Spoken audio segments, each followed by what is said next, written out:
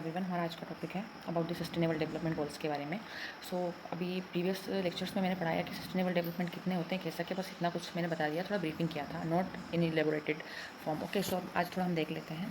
तो जो हमारे SDG हैं, मतलब सस्टेनेबल डेवलपमेंट गोल्स जो हैं हमारे, ये एक्चुअल में 17 है, लेकिन इनका जो ओरिजिन है वो होता है हमारे किन से, मिलेनियम डेवलपमेंट गोल्स से। किन से होता है? हमारे मिलेनियम डेवलपमेंट गोल्स से। तो हमारे जो सस्टेनेबल डेवलपमेंट गोल हैं, ये यूनाइटेड नेशन की एक प्लेस के थ्रू निकल के आते हैं, यूनाइटेड नेशन के प्लेज के थ्रू निकल के आते हैं। ठीक है, सो इसमें होता क्या है, SDG हमारे आए हैं, ये टारगेट रखा गया है फ्रॉम 2050 टू 2030, 2050 टू 2030। ओके, मतलब हमें टोटल 15 साल में ये गोल्स अचीव करने हैं। कौन लेके आया था? यूनाइटेड नेशन, मतलब UN। प्लेज मतलब होती प्रतिज्ञा लेना। ठीक है, तो यूनाइटेड नेशन, नेशन मतलब सारे नेशन, यूनाइटेड मतलब जब बहुत सारे नेशन एक साथ यूनाइटेड हो जाते हैं। ठीक है, ओके, डन। सो सस्टेनेबल डेवलपमेंट जो अभी हैं, ये करंटली जितने भी करंटली जो सस्टेनेबल डेवलपमेंट गोल्स हैं एक्चुअली हमारे ये हैं 17। बट इनसे पहले हमारे MDGs थे। हमारे क्या थे? MDGs थे, मतलब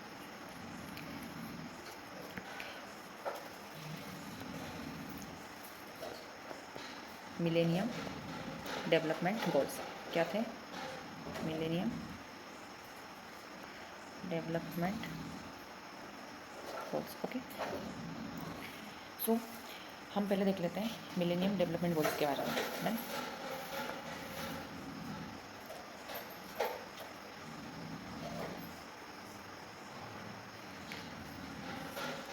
तो कुल मिला के हमारे 8 मिलेनियम डेवलपमेंट गोल्स थे। फर्स्ट में आ रहा था eradicate extreme poverty and hunger, मतलब जो पॉवर्टी, गरीबी हो गया, भुखमरी, ये सारा फर्स्ट गोल में था। ओके, सेकंड में था अचीव यूनिवर्सल प्राइमरी एजुकेशन, मतलब प्राइमरी लेवल पे एजुकेशन होना ही होना चाहिए। ठीक है, थर्ड वन में था promote gender equality and empower women, मतलब जेंडर डिस्क्रिमिनेशन नहीं होना चाहिए और वीमेंस को सबसे ज़्यादा एम्पावरमेंट देना है, थर्ड गोल था।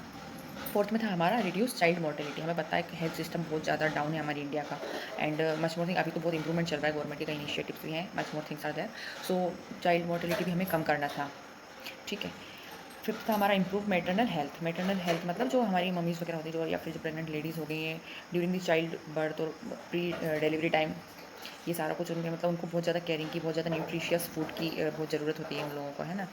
And sixth one, combat HIV, AIDS, malaria and other disease. जितनी भी बीमारियाँ थी हमें हटाना है। ठीक है, तो हम इसे ऐसा कर सकते हैं कि 6 में क्या था, जो भी बीमारियाँ थी HIV, AIDS, malaria and other disease. 7th में था हमारा एंश्योर एनवायरमेंटल सस्टेनेबिलिटी।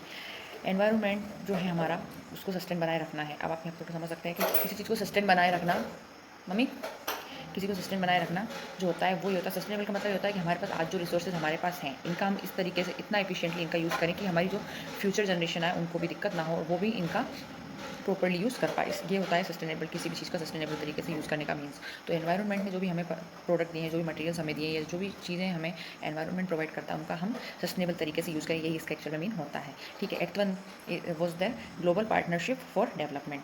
अब कोई भी चीज़ हुई, किसी एक के कोलेबोरेशन से तो चीज़ कोई भी कंप्लीट नहीं हो जाती है, कोई भी हमारा एजेंडा फुलफिल नहीं होता है, तो हम अच्छे से जानते हैं। तो कोलेबोरेशन तो मस्ट होता ही है। तो ग्लोबल लेवल पे सभी क्या करें, सभी कंट्रीज़ अपने आप एक दूसरे से पार्टनरशिप करें एंड ग्लोबल लेवल पे एक प्लेस लें, तो ताकि इन सभी जो गोल्स हैं इनको अच्छे से फुलफिल कर सकें। ठीक है, सो एवरीवन, अभी हम थोड़ा देख लेते हैं कि रीज़न क्या था। तो टाइम बाउंड मैंने ये था कि the goals were set to be achieve by 2015। तो अभी हमें अचीव करना है SDG। सेट कब हुए थे? इन 2015 में सेट हुए थे। फुलफिल करने का टाइम पीरियड है 2030 तक, मतलब टोटल 15 ईयर्स आ गए। ओके, अब इनको लेके कौन आया था? तो मैंने पहले भी बताया आपको, यूनाइटेड नेशन के सारे मेंबर। कितने मेंबर होंगे? Around 192 members. ठीक है, and UN member states and several international organisation agreed. Okay, सारे इंटरनेशनल ऑर्गेनाइजेशन थे वो भी अग्री हुए इसमें। ठीक है, नेक्स्ट था measurable target. Specific targets were set against 1990 benchmark to track progress. 1990 के जो बेंचमार्क्स थे वो कहीं ऐसे थे जो कहीं ना कहीं इनकम्प्लीट थे, जो फुलफिल नहीं कर रहे थे सारे एजेंडाज को। ठीक है, तो उनके अगेंस्ट हमें स्पेसिफिक टारगेट हमें लेके आना पड़ा। Next one is the interconnected goals. ठीक है, the goals were not seen in isolation. Isolation का मतलब होता है जब कोई चीज़ एक एरिया, एक पर्सन तक ही, एक पर्सन स्पेसिफिक तक ही सीमित हो जाती है। तो आइसोलेशन का मतलब होता है किसी एक जगह कोई चीज़, एक जगह पर्टिकुलर प्लेस तक चीज़ लिमिट हो जाती है। ठीक है, पर्टिकुलर प्लेस तक चीज़ कोई भी हुई वो लिमिट हो जाती है। ठीक है, वो होता है हमारा आइसोलेशन। तो ये हमें रिड्यूस करना है। ठीक है, तो अभी करंटली देखें तो अभी करंटली हमारे पास है total 17 sustainable development goals. Let's briefing year. Okay, तो सबसे पहले है हमारा नो पॉवर्टी, हमें गरीबी मिटानी है। क्या करनी है हमें? पॉवर्टी रिड्यूस करनी है। ठीक है, गरीबी हमें हटानी है। सेकंड है हमारा जीरो हंगर, मतलब फिर भूखमरी मिटानी है हमें कि कोई इंसान भूखा ना रहा, भूखा पीना हो इवन अ सिंगल डे। ठीक है, सिंगल डे और single night. Third one is their good health and wellbeing, सभी लोगों को अच्छा खाना पीना मिलता रहेगा तो गुड हेल्थ बनी रहेगी। Fourth one is there quality education, education is a must. ठीक है, मैं आपको बता दूँ एक कॉन्सेप्ट होता है हमारी इकोनॉमी में, जैसे कि ह्यूमन कैपिटल क्या होती है। अगर एक बंदा या बंदी जिसके पास गुड हेल्थ है, क्या है? गुड हेल्थ है और प्रॉपर एजुकेशन है, और क्या है? प्रॉपर एजुकेशन है, सॉरी एजुकेशन है।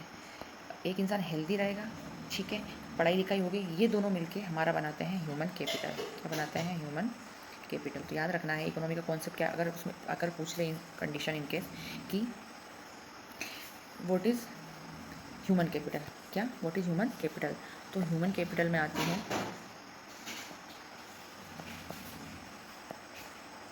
तो is equal to the good health and wellbeing, good health and wellbeing. Okay, ये आती है हमारी ह्यूमन कैपिटल में। इंसान की हेल्थ अच्छी रहेगी और उसको एक क्वालिटी एजुकेशन मिल जाएगी तो इंसान आगे जाके ह्यूमन कैपिटल, कैपिटल क्या? आपके पास जो आपकी एसेट है, जो आपके पास क्वालिटी है, जो आपको इन फ्यूचर क्या करेगी, जो आपको इनकम जनरेट करेगी आपके लिए, आपकी जिससे इनकम जनरेट होगी तो आपकी लाइफ इंप्रूव होगी। आपका जो स्टैंडर्ड ऑफ लिविंग है, आपका जो स्टैंडर्ड ऑफ लिविंग है, मतलब रहने का जो तरीका है वो इम्प्रूव होगा, स्टैंडर्ड ऑफ लिविंग इम्प्रूव होगा। ठीक है, नेक्स्ट मूव फर्दर।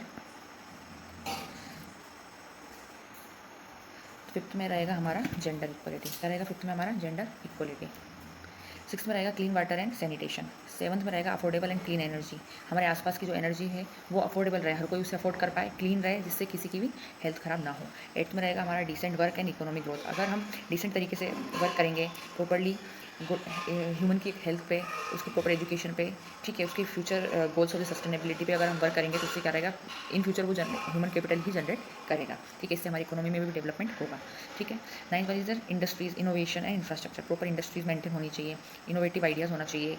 ठीक है, लेबर फोर्स जो वर्क कर रही है वो स्किल्ड होनी चाहिए, एंड इन सभी से मिलकर इंफ्रास्ट्रक्चर डेवलपमेंट होगा।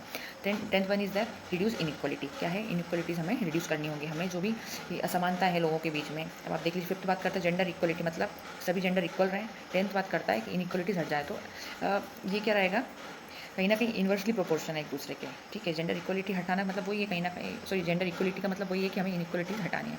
Eleventh is the sustainable cities and communities, ऐसी सिटीज़ रहे जो सस्टेनेबल रहे। मैंने आपको पहले भी बताया था जब मैंने स्टार्ट किया था लेक्चर कि सस्टेनेबल का मीनिंग एक्चुअल में होता क्या है।